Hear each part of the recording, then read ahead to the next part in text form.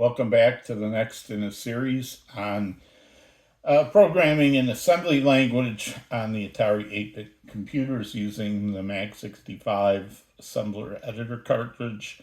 It's been a while since the last video, but life. Anyway, and I also had a little pitfall that set me back a day or so, which I'm going to show you in a minute.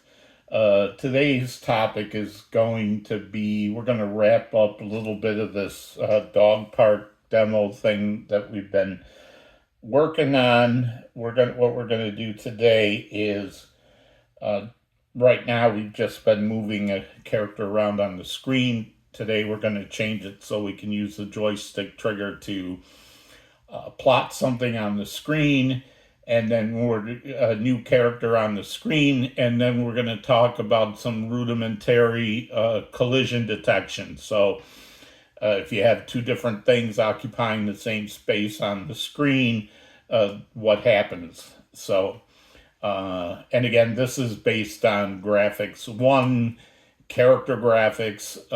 Later on, we'll use Antic 4.5, we'll use player missiles. So this is a very simplistic version just to get you used to the concept. But before we get to that, I want to talk about a word of warning. In the last video, I think I mentioned there's I know I mentioned it. I think it was in the last video. That's the way I want to phrase it. That there's a default save command in the version of... So we're using version 3.6, and there's a default save command where you can just type save and it'll save it for you. But there's something to be careful about that, which I'm going to show now.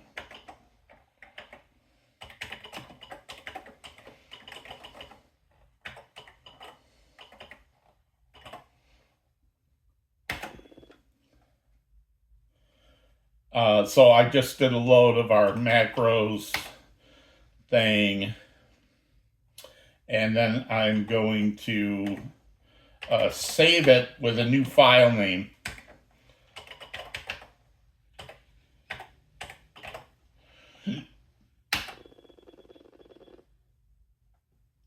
And then I'm going to make a change to this file.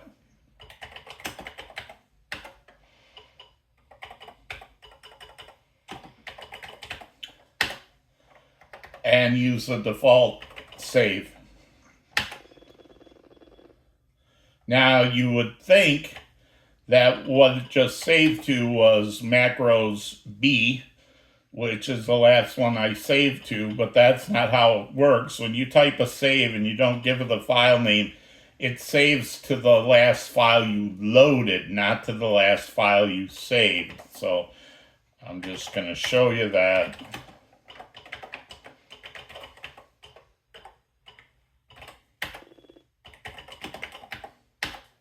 See, there's no change there.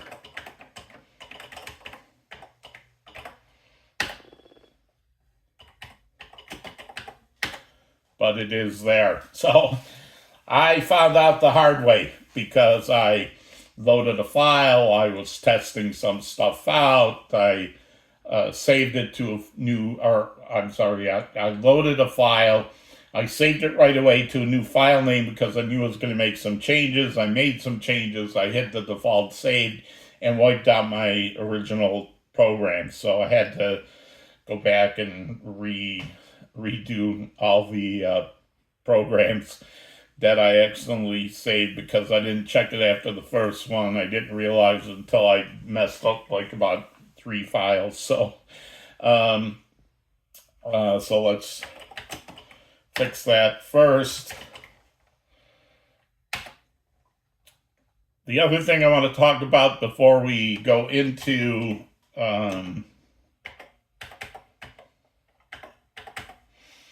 the main part of the video is a comment I got from Felipe, which was a good one.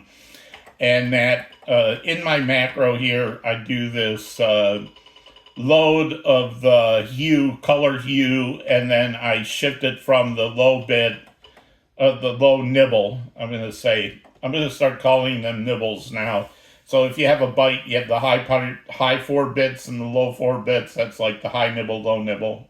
So, I'm sorry, in this case, I forgot. The macro parameters are words. So this actually is the low byte of the hue, which is where the value is. And then we use these 4 AFLs to shift it to the left into the high byte, and then we ORed it with the low byte of the luminance. So with a macro, when I compile my program the way it is now, as you saw, it expands all these instructions into my program that runs. And what Felipe pointed out is that I could do this because, let me be consistent. What I could do is this, which is the same thing as multiplying by 16, because every time I shift a bit to the left, I'm multiplying it by 2. So this is multiplied by 2, by 4, by 8, by 16. So when you do, if you did 3 of these, you'd be multiplying by 8. If you did 2, you'd be multiplying by 4. When you do 4, you're multiplying by 16. This is hex 16. So I've put that there. I don't need...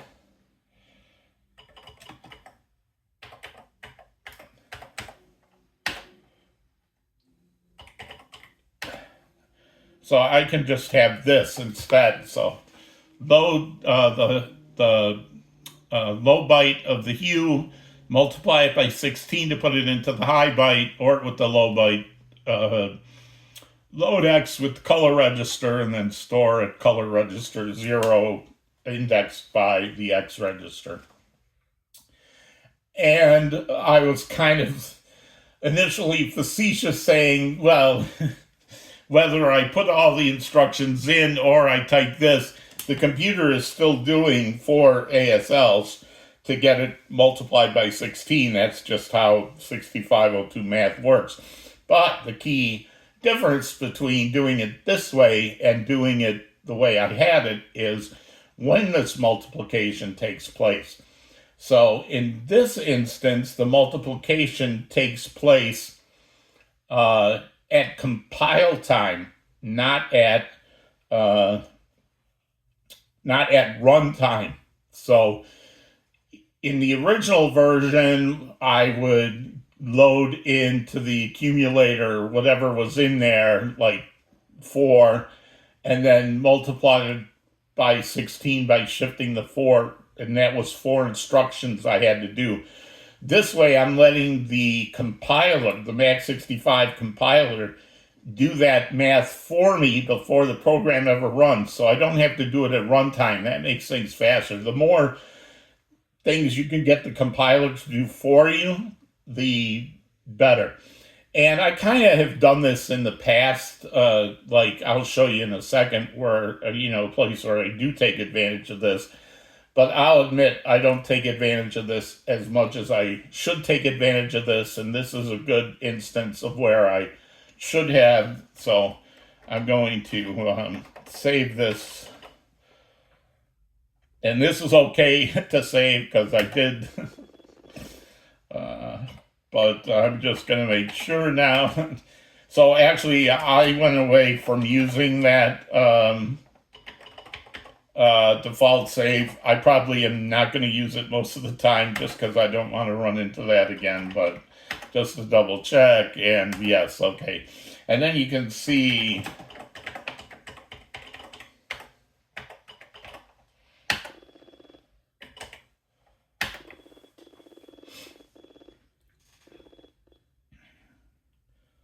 so here's my macros getting stored into the macro table.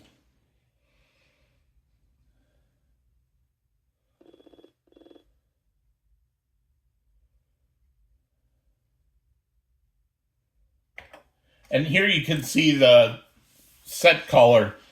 So for the first one where it's 12 and it's 12 times 16 gives me C0. It does the math not when I'm running my program, but it's done it in the compiler. So now when I compile it to disk or I compile it to memory, I don't have to do those 4 instructions anymore because the compiler's done them for me at pre-compile time. This is the same thing where the value is 3 times 16 is 48. So you can see that would be 3, which is a 1 in the 2-bit, which is 16, and 32 is 48. So it's doing the math for me at compile time versus runtime. So that's good. And I'm just going to show you the other part where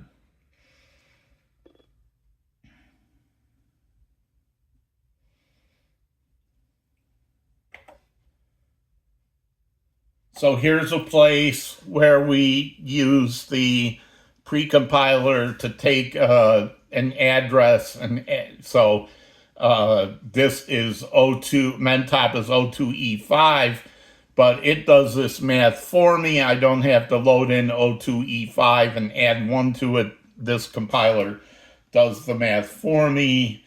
Down here later, where I say, hey, I want to go into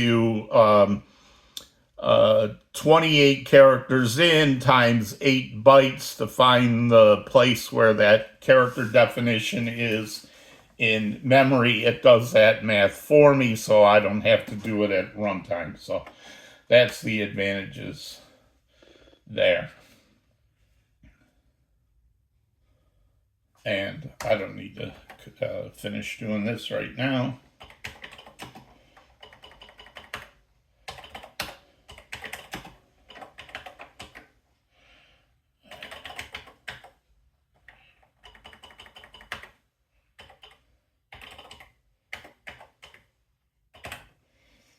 Okay, what we're going to do is we're going to now, when we move the dog around on the screen, we're going to read the joystick trigger to determine to plot something on the screen. So what we're going to have to do is add the new character that we want to draw when we press the joystick trigger. Currently, the joystick trigger is being used in check exit to see if we can exit the program. We need to take it out of there and just exit the program when the start button is pushed. And we need to add that trigger logic into the main program. After we move the dog, we're going to check if the trigger is pressed to see if we need to draw the new character on the screen. So we're going to need to add all that logic.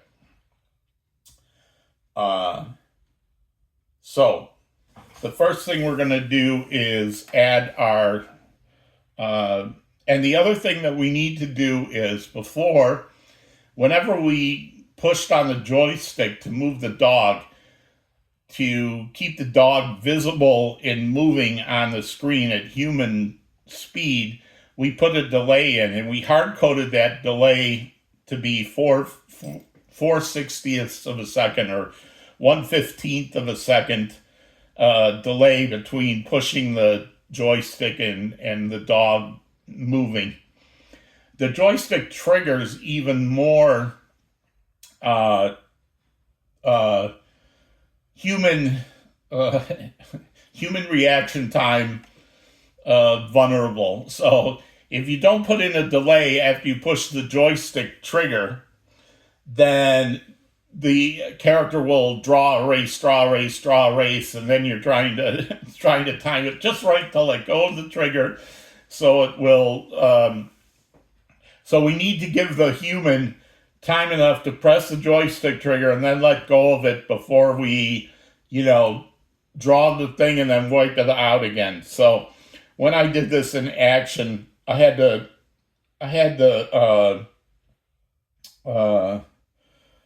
delay like 10 times more than the delay for moving the dog. So Here, what we're going to do is we're delaying it 4/60ths of a second. What we're going to do is delay the trigger for 1/4 of a second, which is 15 out of 60. So 15 goes into 60 4 times. So 15 clock cycles is going to be 1/4 of a second.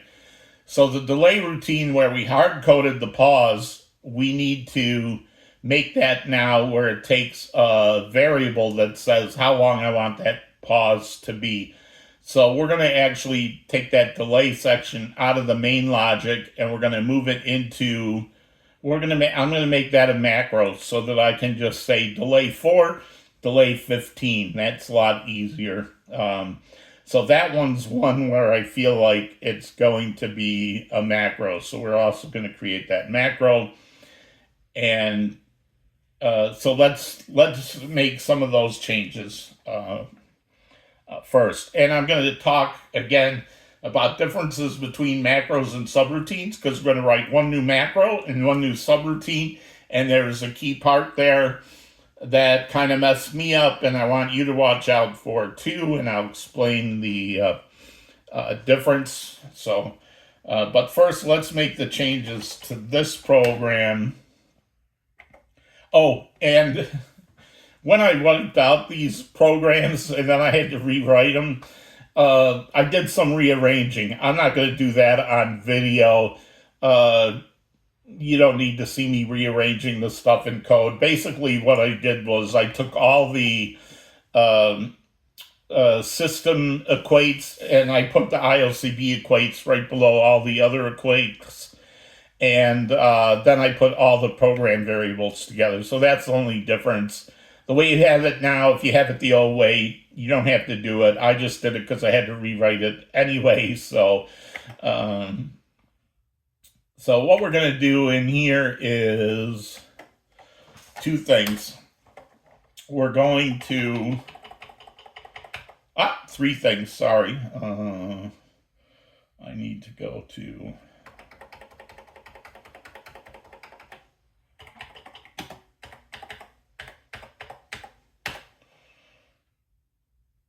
all right, so the first thing is we're going to need the new character. And you see here right now we have the character in 3C and 3E. And here is 3C and 3E. And right now at 3D, we just had nothing there. It's just a blank in between. But I put them all together so we could load 24 bytes and get both of these. And I didn't care what was in here. But this leaves a perfect place for us to put our new character. So we're going to put our new character here. And let me just make sure I get the numbers right on that one.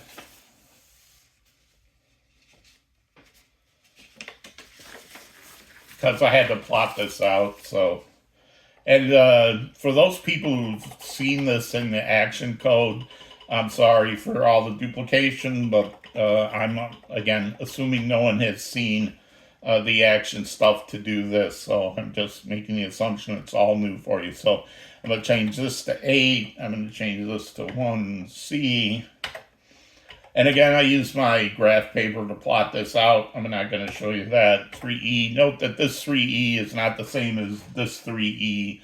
This is a bit pattern in character drawing, so we're going to change that, and then we're going to add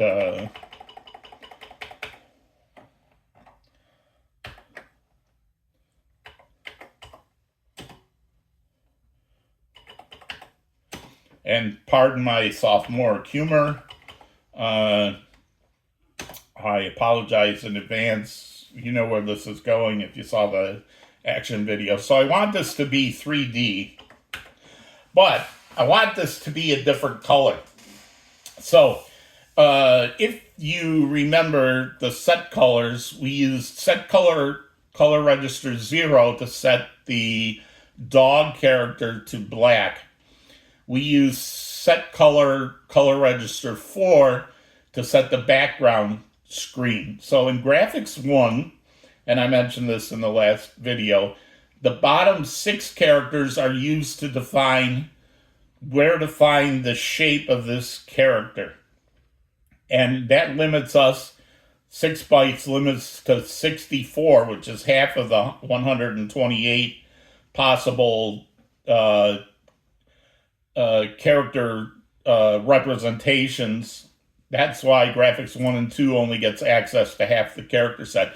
The top 2 bits are what controls the color. So for 3E and 3C, the top 2 bits, right? So this is 3, which means bit 1 and bit 2 are turned on, but bit 4 and bit 8 are off. So that means bit 4 and bit 8 are both 0, which means color register 0. But I want this to be color register 2. So I'm leaving this 3D here so that you recognize that 3D means it's going to go here in between these two. That's where it's going to find the shape part. But now we're going to set the color by using, this is Mac65's OR command. And you remember OR lets us toggle bits. So we're going to toggle the 8-bit.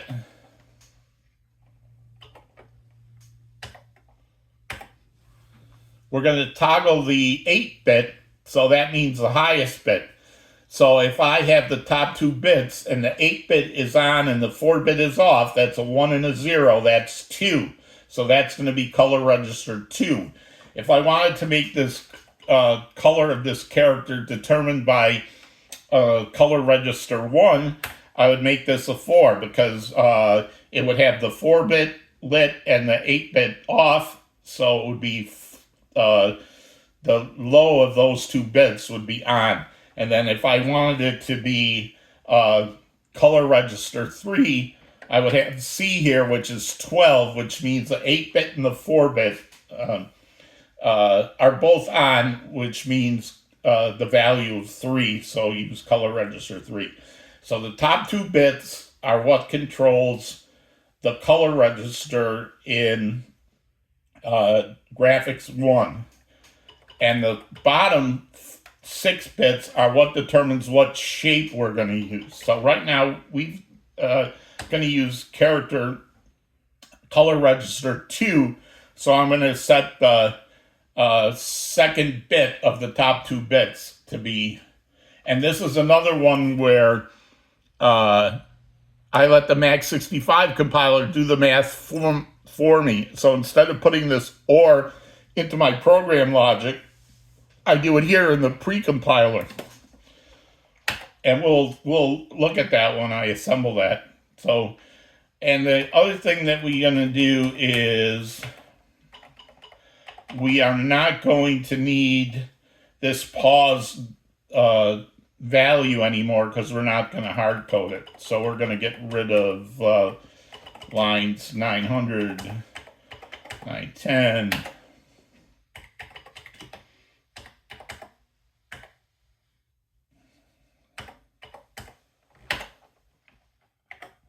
So now we've got our new character with the highest bit set, so we use color register 2, and we've gotten rid of the pause, and we put our new character shape in here. We're going to make some more changes to this program in a bit, but for now, that's going to be all the changes we're going to make here. And just because I'm being safe now with this,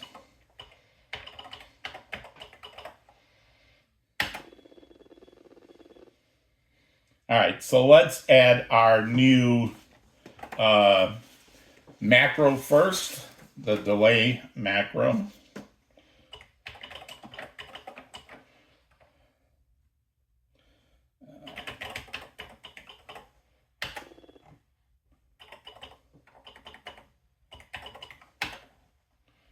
So we've got our set color, we've got our assign word, and we're going to add a new one here.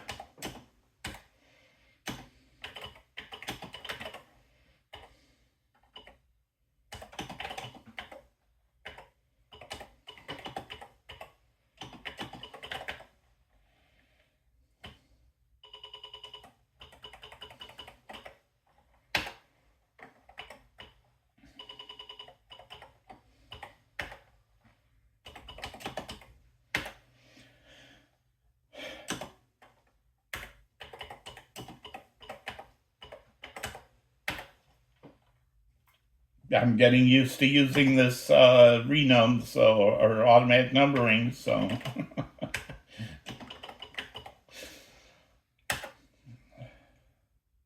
All right, so I'm starting a new macro called delay. I'm gonna not add in all the error checking here because I'm just gonna assume I'm writing the program. I'm gonna call it right. I'm gonna call it with the right values. So this is basically just a copy of our uh, delay macro that we already have.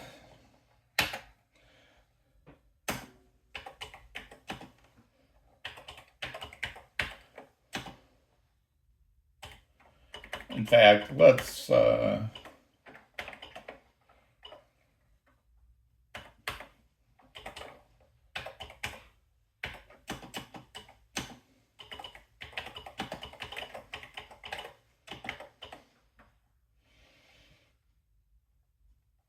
so memory location, that's hex 14 or decimal 20, right?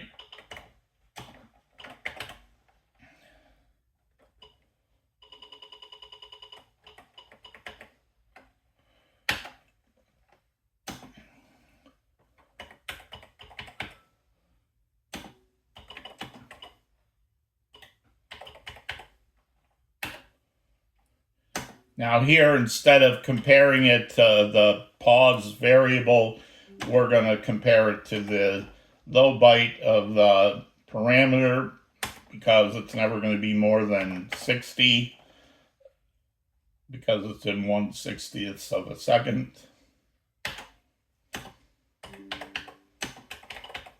As soon as the value in real-time clock goes above whatever we put there, which will be 4 or 15, then the carry flag will get set, and then we can jump to done, otherwise, or branch to done. Otherwise, we're gonna.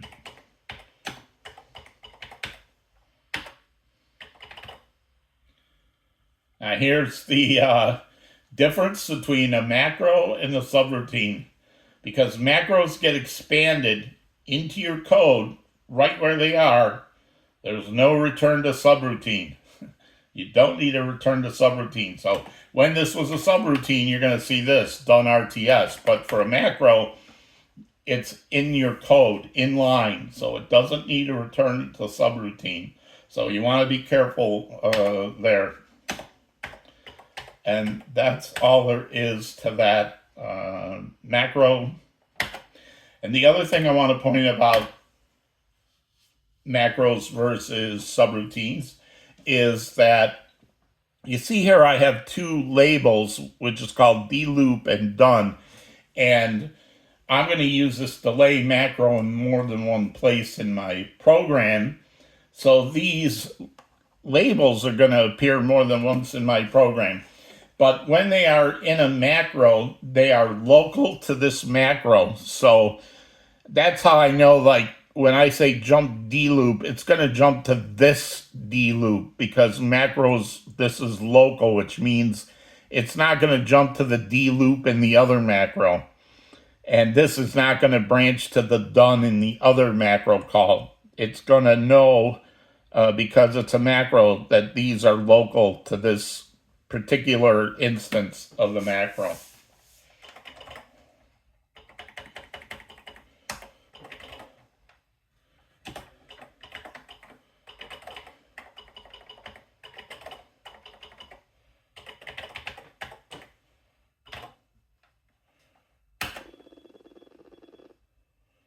And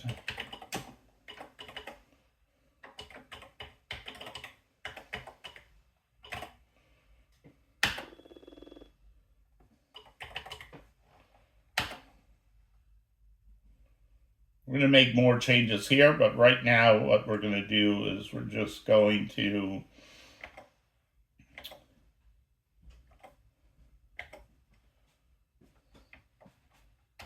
get rid of line 1940.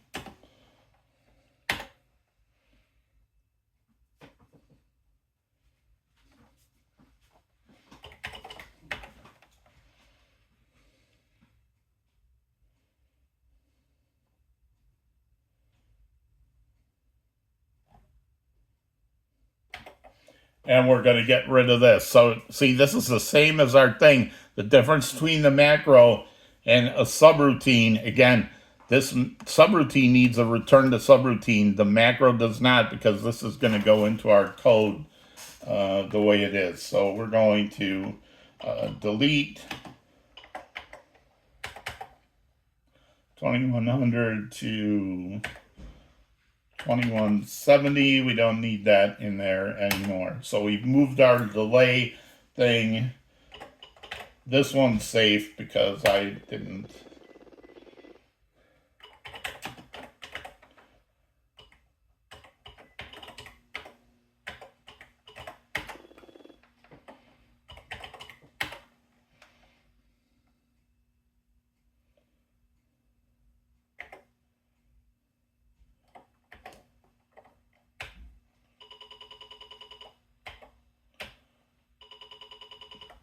So now instead of doing a jump subroutine to delay, I'm going to call my macro with a value of 4.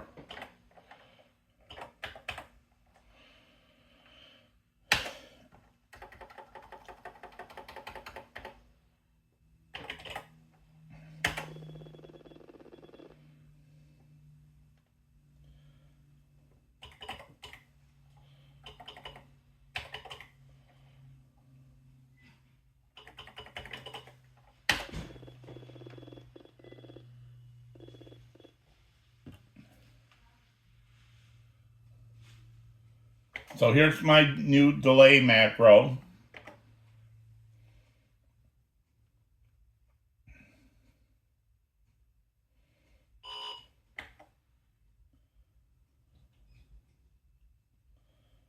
Add parameter.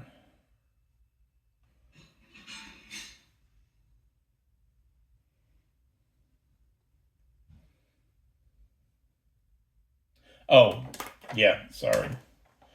That's the other thing I forget.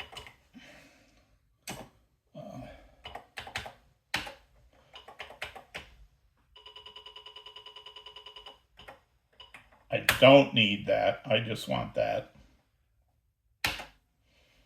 Because this is the actual value being passed to the macro, not you don't need to say there's no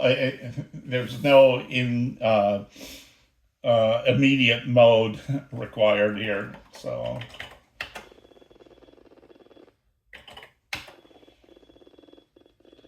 I make the mistakes so you don't have to.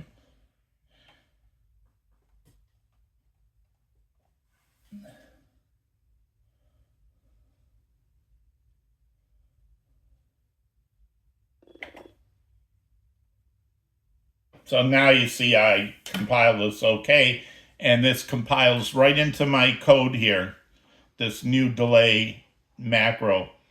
And again, right, I don't want a return to subroutine at done. I just want to go down to the next thing. That's the same as going out to the subroutine and coming back.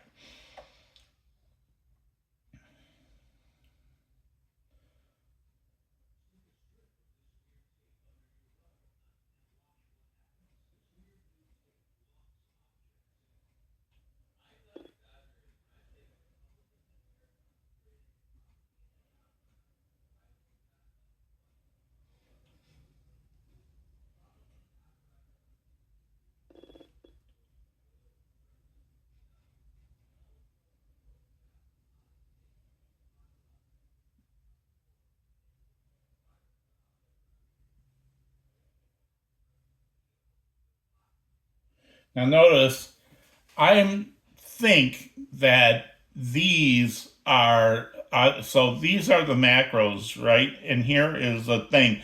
I think this is where Mac65 has stored the macro table definition. That's my guess. I haven't really researched it.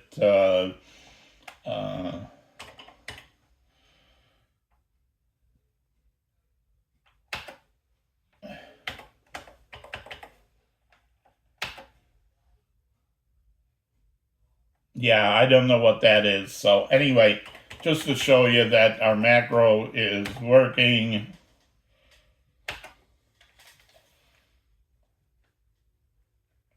And right now, the joystick trigger is still set up to exit the program. Oh.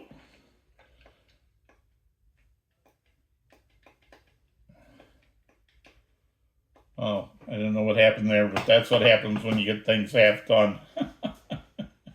All right.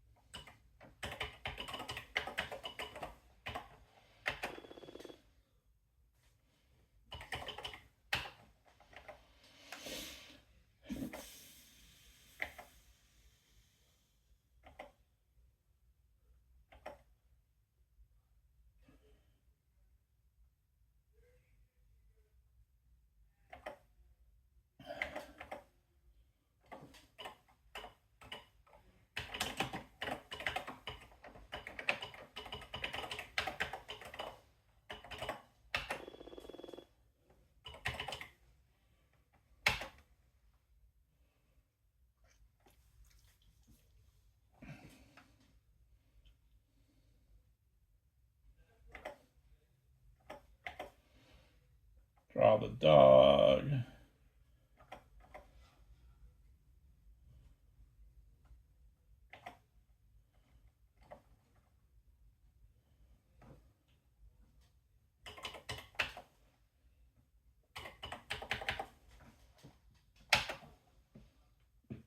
Oh, okay.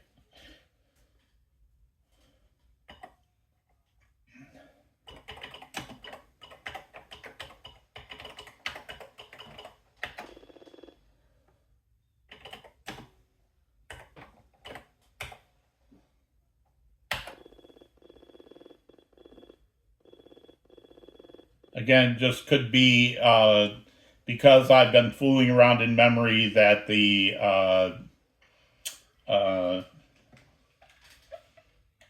in fact, let's do this.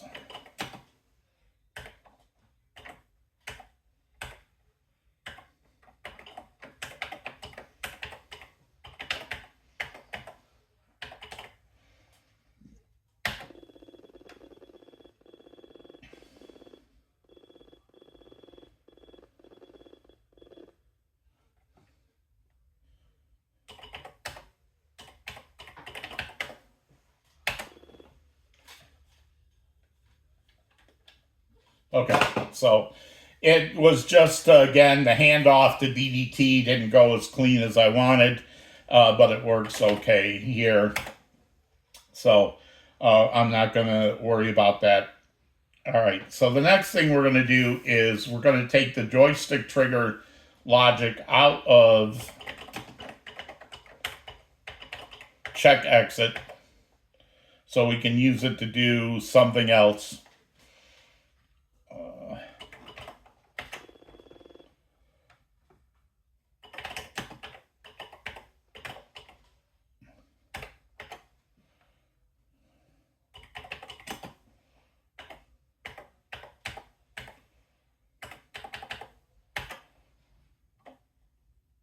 I didn't need to go that far.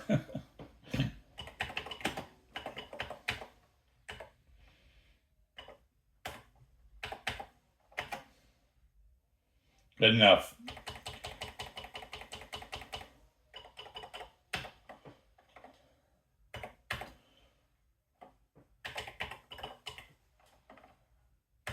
So we're just going to only now check for the console button being start press to do the check exit. So we're going to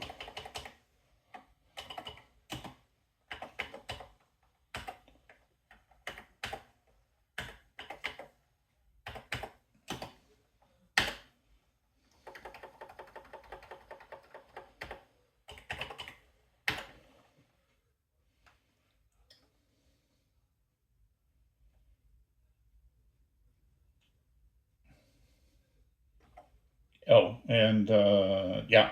So draw characters and so now check exit, all it does is look at the console button to see if the start pressed. That allows us to use the joystick trigger somewhere else. So what we're going to do is we're going to go back to our main logic.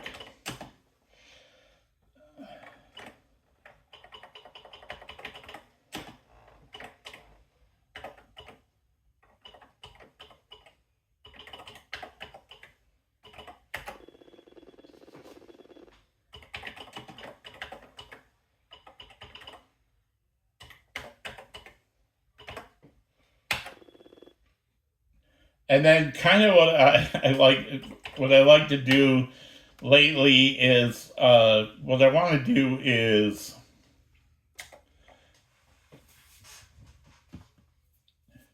here after I check if I need to move the dog or not, and then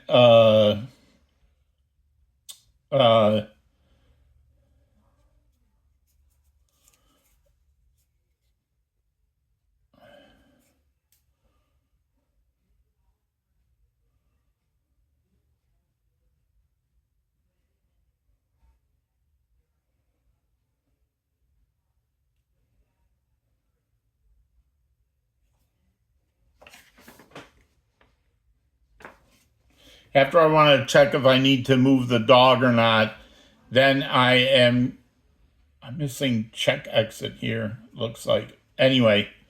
We're gonna take care of this anyway in a minute. After I check whether I need to move the dog or not, and I move the dog, now I want to check for the trigger. So I want to add some logic in here between this and move dog, and I could put it at the end and do a jump subroutine, but lately what I've been doing is I'll like renumber by 100.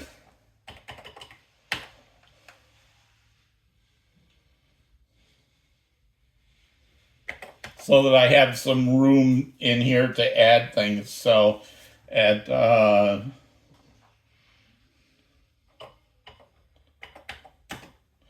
and then renumber it back again when I'm done. So after I check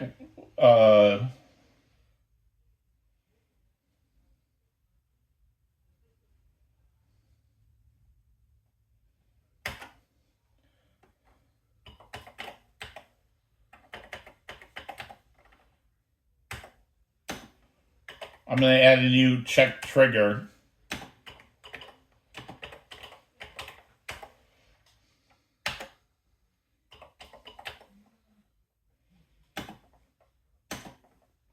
And I want a local I want a local exit for this check trigger routine that I'll show you in a second.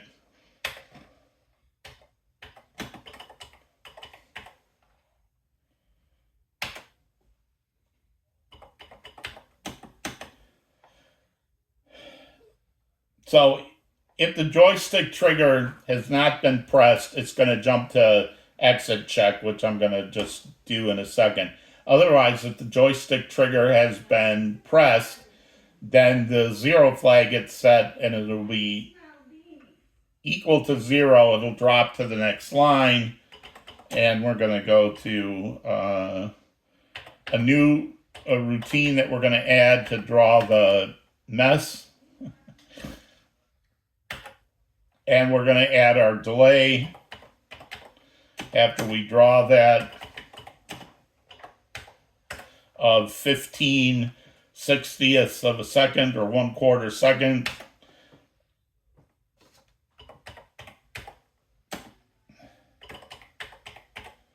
And then jump to check exit.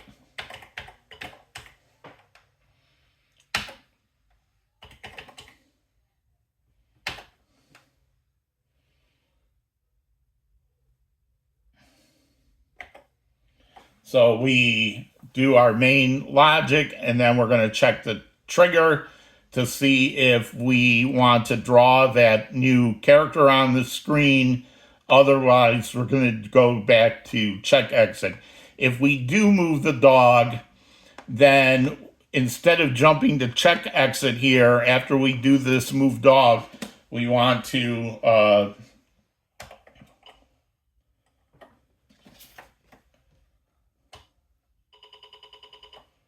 make sure we check the trigger.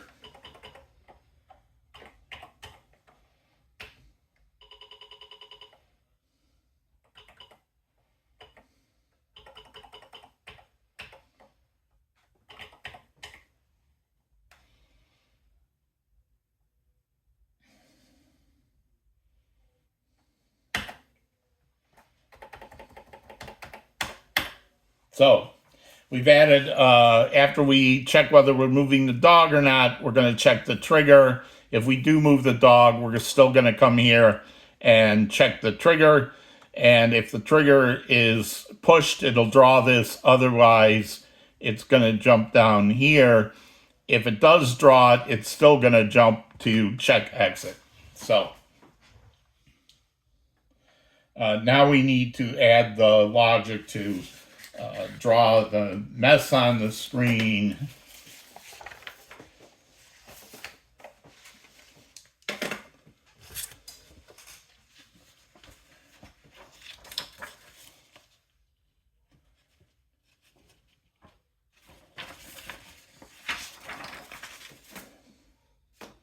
So let's save this.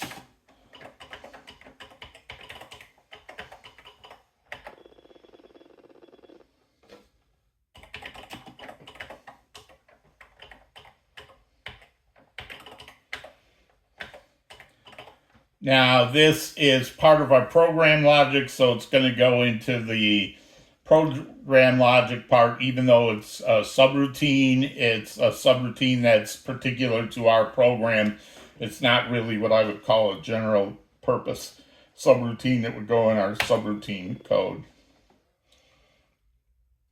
And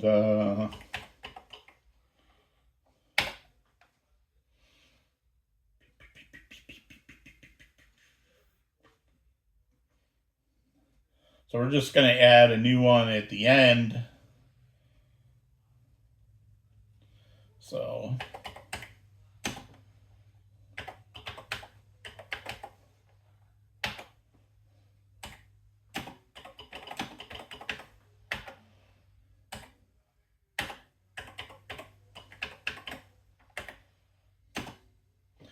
this is going to be very similar to drawing the dog, except we need to now start doing some collision detection.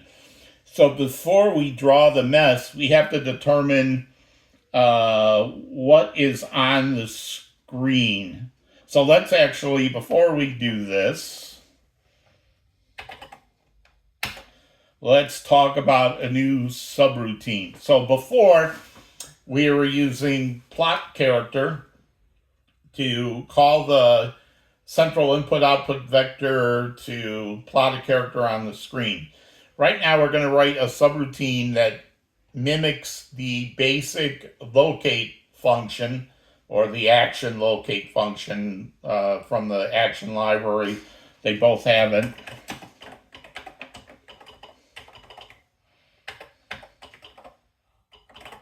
And what the subroutine does, what locate subroutine does, is it's the opposite of put character.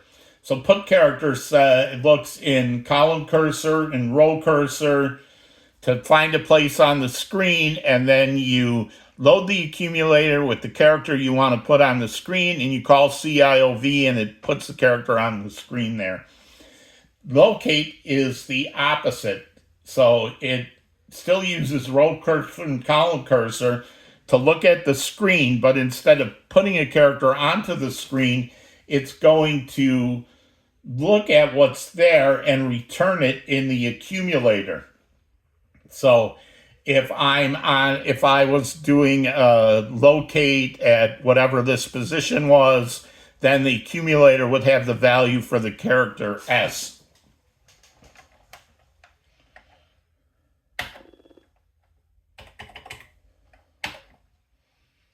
And I want to add some things here, so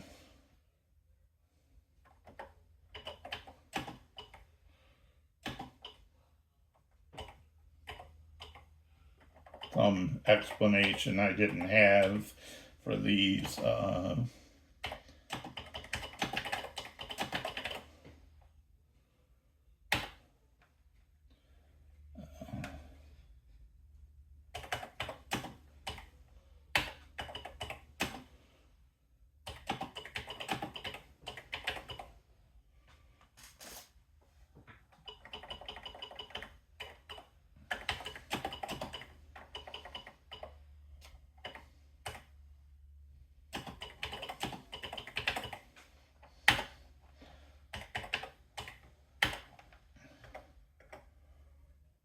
Okay, that's good. And then we're going to add a new one at the bottom.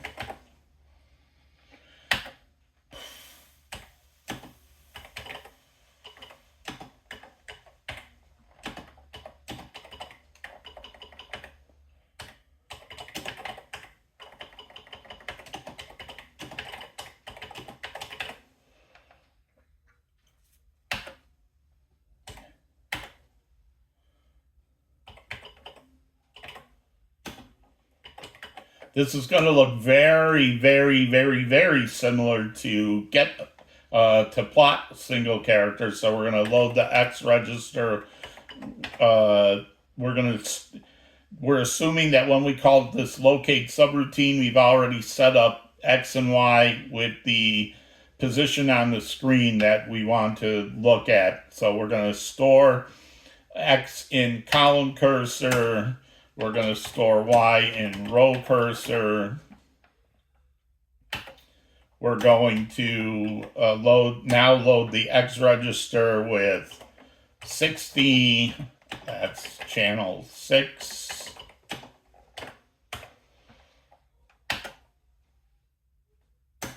We're going to load the accumulator with 7.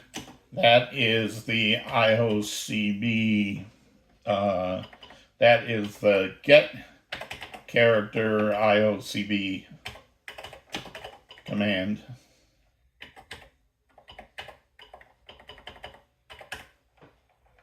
So the put character was 11, but the get character is 7.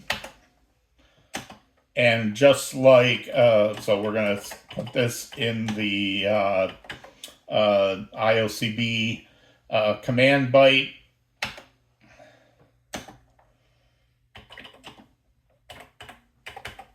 Just like the get character, this uses a special buffer length for get character, and put character uses a special buffer length of 0.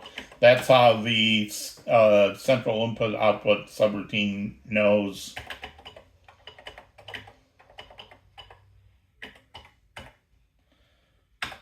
So we're going to put balance low as 0 and balance high, or buffer length low is 0 and buffer length high is 0. And before we wanted to load the put character, we loaded the accumulator with the value on put, but here we're expecting the value to be in the accumulator when we're done, so we actually just have to call the COIV at this point. And again, this is a subroutine. It's not a macro, so you do need a return to subroutine here.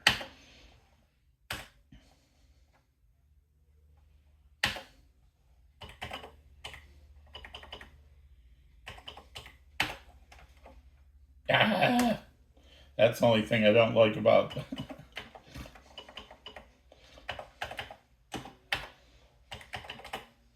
auto numbering, but okay. So all we did was we added this new locate, and we'll store the column cursor X and Y and column cursor row cursor, and then we call CIOV with a command value of 7, buffer length of 0, and the value of the character that's on the screen in that position is going to come back in the accumulator. So now let's go back to, so let's save this.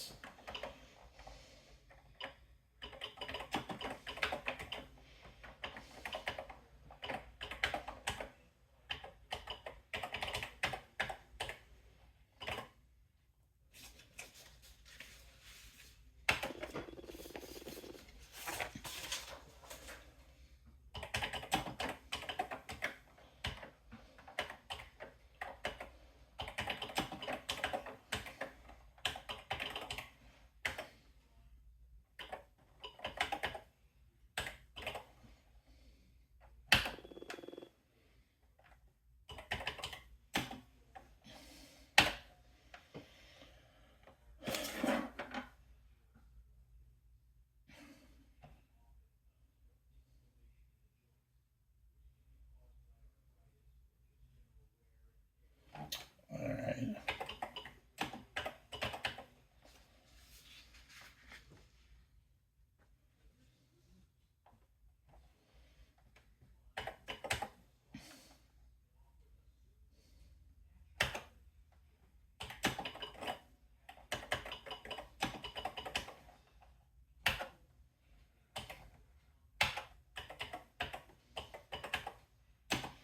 So we're going to get the position. When I press the joystick trigger, we want to get the space where it is on the screen right now. So we're going to load the X register with the current X. We're going to load the Y register with current Y. We're going to call our new subroutine locate.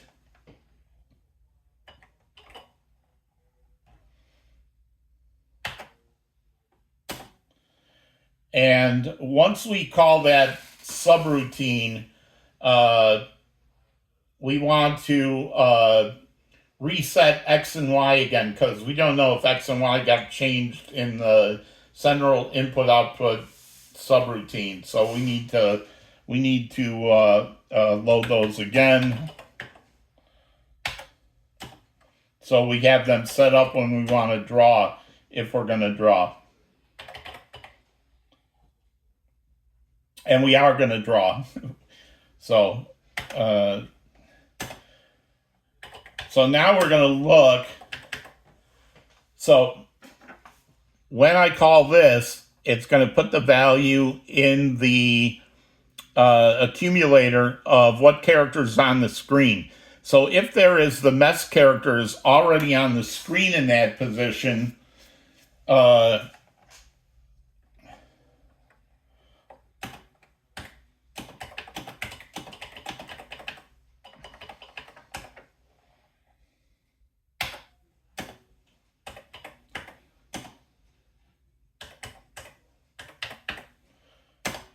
then I want to replace the mess with the dog.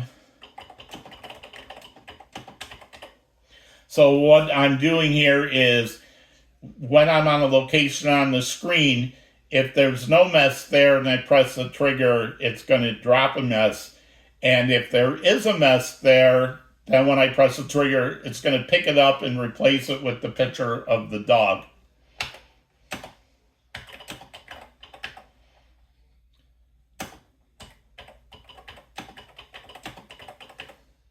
Otherwise, right, if there is no mess there, then I'm going to draw the mess there, and I do that by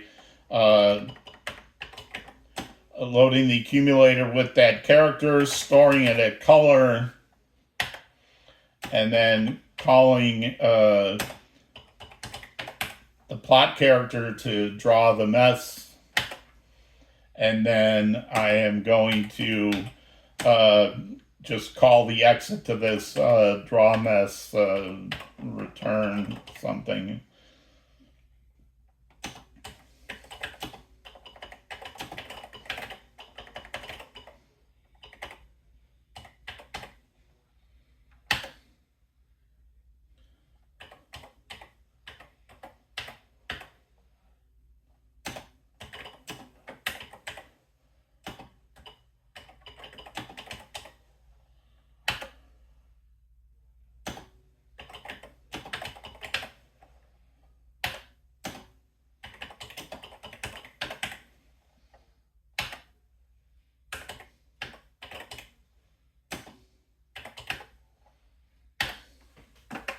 So again, I'm going to check it once on the screen.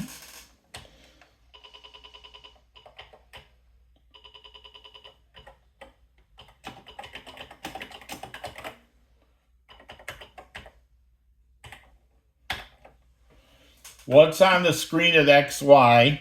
I need to reset these.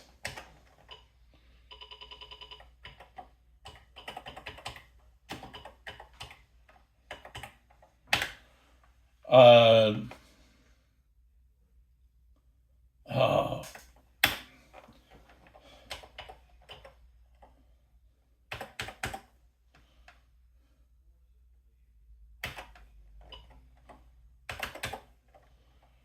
Again, that's my problem. That is my problem with auto numbering. All right, so it's 2650 on. All right, so I'm going to find out what's at X and Y right now, and then reset it to either draw the mess or draw the dog. Is it the mess? I'm looking at the accumulator to compare it to the mess character. If it is the mess, I'm going to replace it with the dog. If it's not the mess, I'm going to drop a mess. And then I do that store color and then jump to block routine.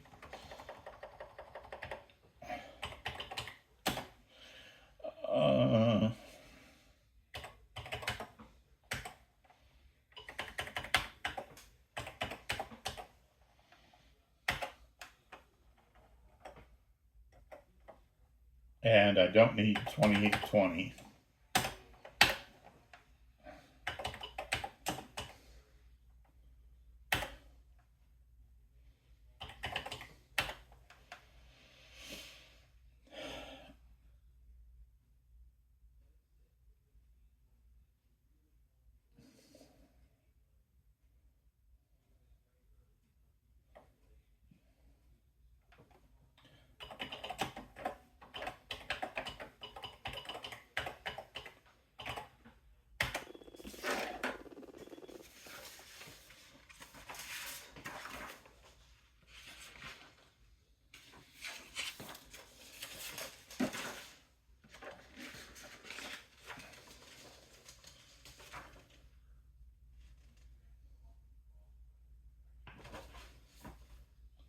All right, we have one thing left to do.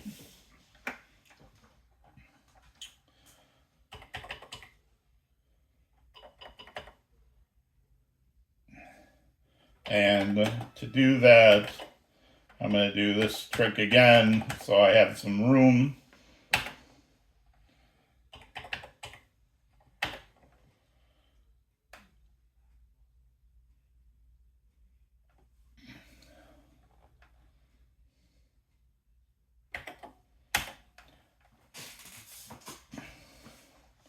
All right, let's do this.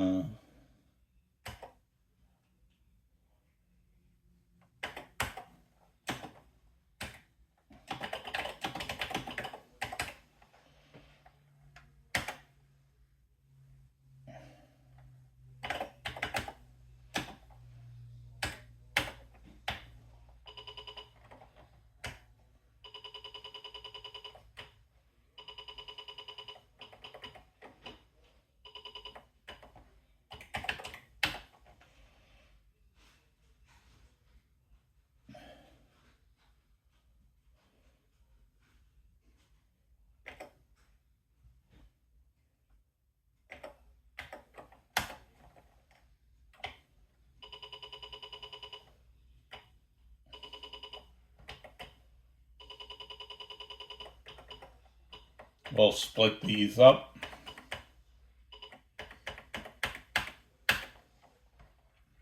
All right, there's one other thing we're going to check, and this is where I talked about the concept of priority. So I'm moving the dog around on the screen, and when I do the move of the dog, before what we were doing is we were blanking out the old position and drawing the dog in the new position. The problem with that, now that I've added this character that I can drop on the screen, is that if I left this just the way it is, then drawing the dog around the screen everywhere I drew him, he would wipe out the characters that we drew, because as he moved over them, it would drop a blank behind him and put the dog in front. And we don't want that. So we need a priority. And the priority here is going to be that if the dog moves, the mess character is going to have a higher priority than the blank or the dog. So if the dog moves over a mess or leaves a mess, the mess will stay behind and the dog will not appear where a mess is. The mess will have a higher priority than the dog. So the mess will have the highest priority character, so we don't erase it as we move the dog around.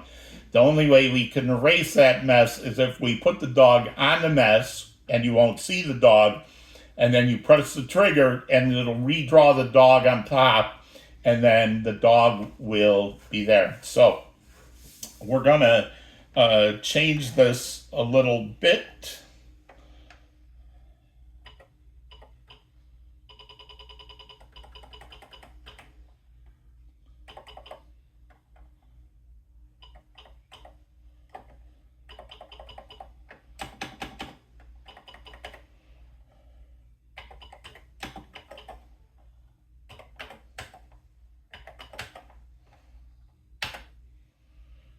And we're going to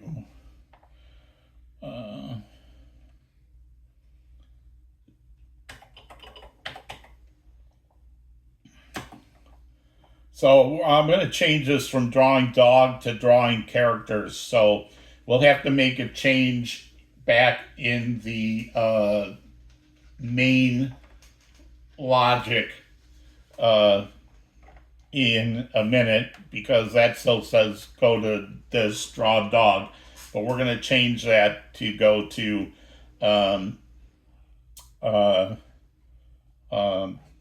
this draw character instead. So we're going to, so before, we're going to take the same thing that we were doing before. So we're going to take load X, old X, load Y, old Y,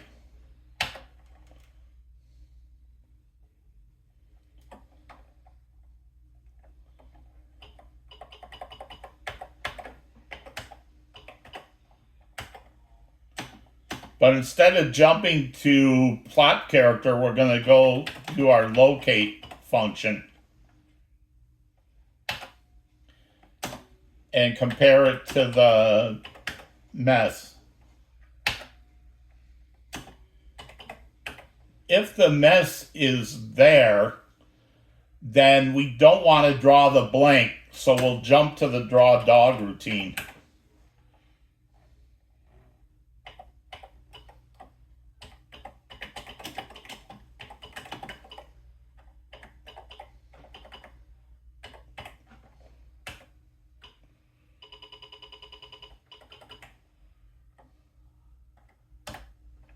I'm getting out of auto num so that I don't mess this up.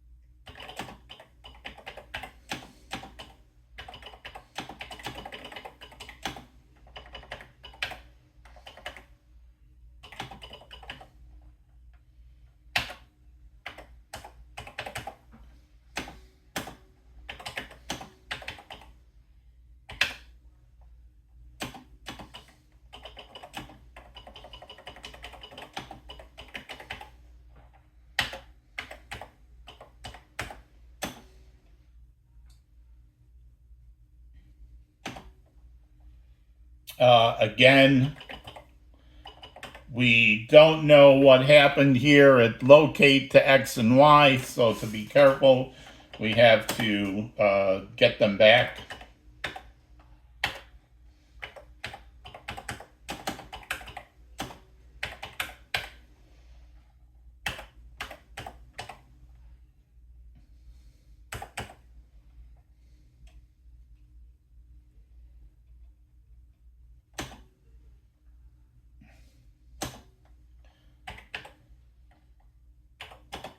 And then draw them. Draw the blank.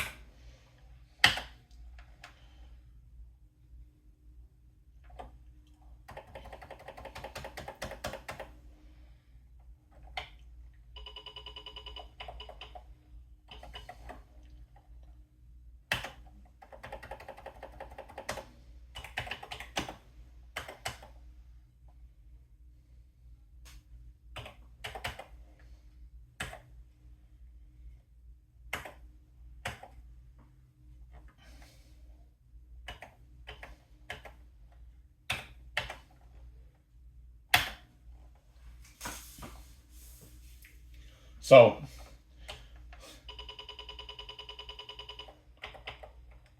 we are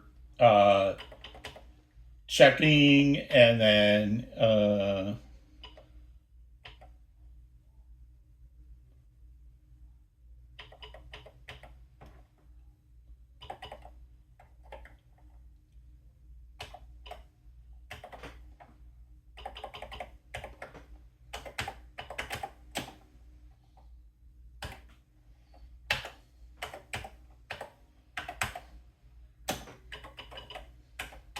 so here's our new draw dog.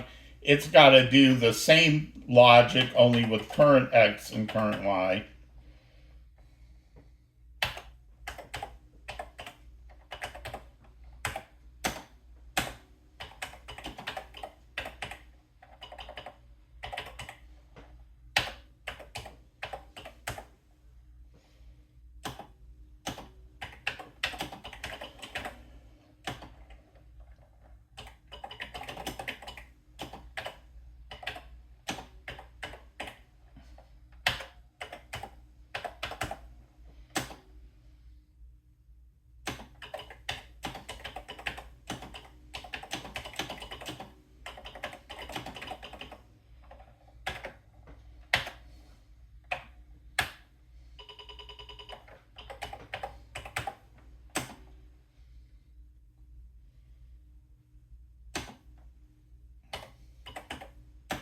And we'll just call this exiting the draw routine.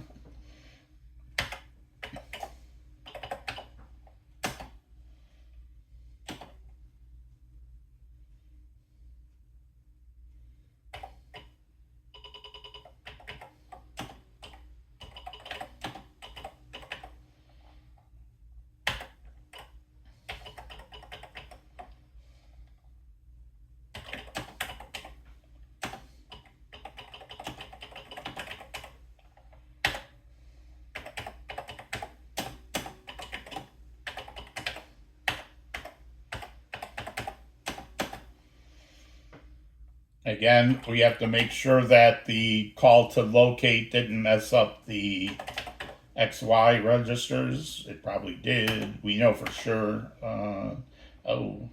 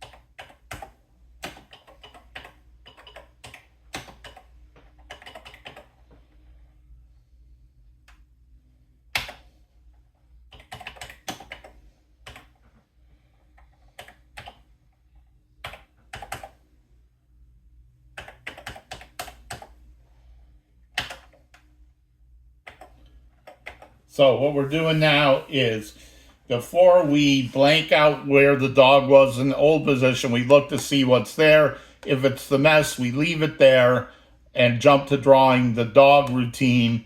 Otherwise, we blank out what's there and draw the blank.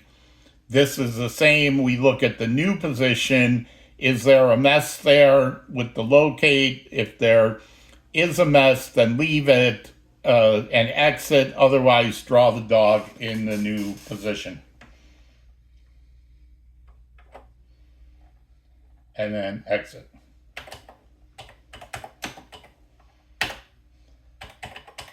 And let's see if there's any cleanup I have to do. I think I do.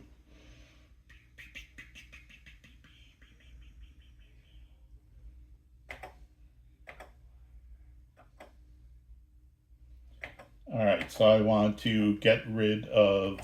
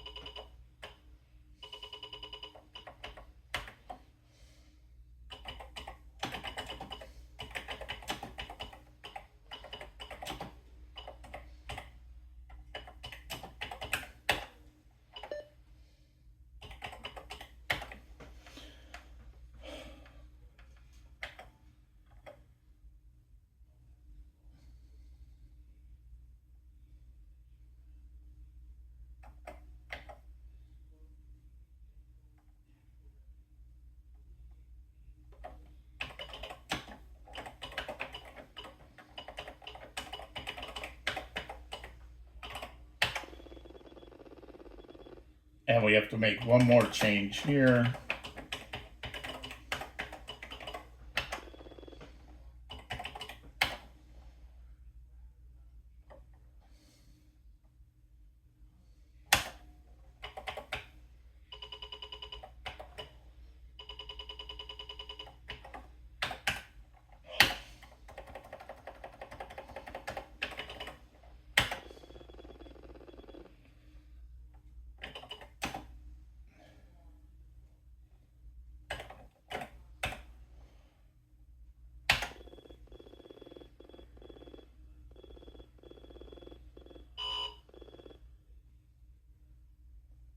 Oh, I guess spelling errors still are a problem.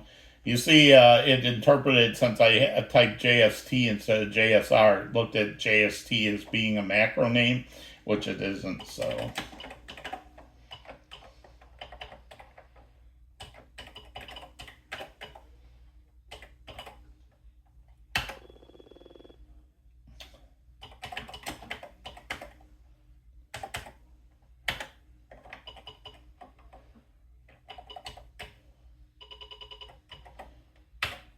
Actually, let's do one other thing while we're here.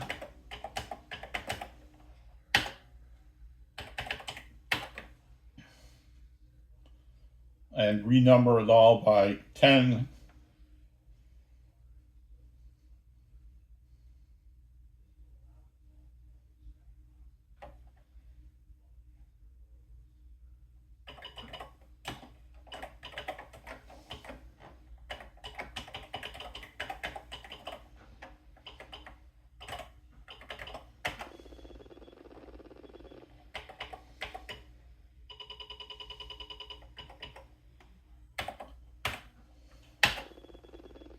By the way, you don't need a M65 extension. You can put any extension there for your includes, as long as the format of the file is a saved Mac65 format.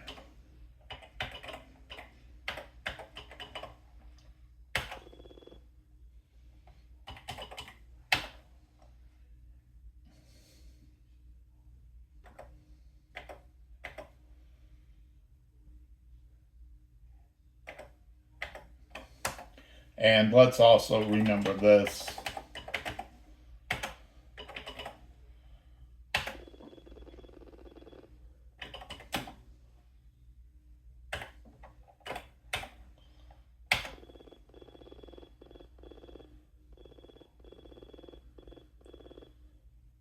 And let's see if that all works. So, first part, the dog should move around like it does. Great. Now if I press the trigger, it should draw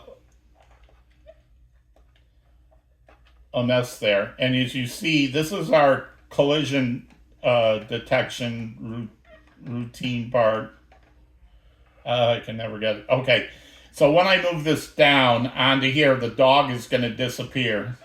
If I can get it right. Okay. So the dog disappears. That is because that locate function made the mess have a higher priority than the dog. However, if the dog is on there and I press the trigger, it erases the mess and plots the dog. So I can put the dog right on there and I can pick them up just like I dropped them.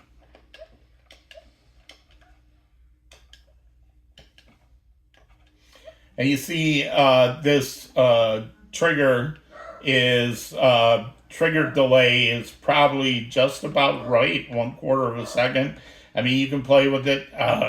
See, it's hard to get the joystick move. It's maybe still too fast, right? Because I want to move at 1, but it moves 2 because I can't let go of the stick fast enough. So there you go. That's and now the only way to exit this is to press the start key. And there you have it. So, another 80-minute video, sorry. But what we did here was we created a new macro, we created a new subroutine. Remember, macros do not need a return from subroutine, but a subroutine does. We created the locate function for assembly language. We're reading the joystick trigger, and we had some rudimentary collision detection. And we also talked in the beginning about be careful with that save command. And use the pre-compiler multiplication, division, addition, subtraction where you can. It's better to do that math in the compiling rather than at runtime. So that's this video. We're going to take a break from this dog for the next couple of videos and dive into the workings of the Antic chip. We're going to talk about display list interrupts. We're going to talk about graphics mode, Antic mode 4 and 5 for multi-character graphics on the screen. So you can have a multicolored dog and a multicolored poop and so on.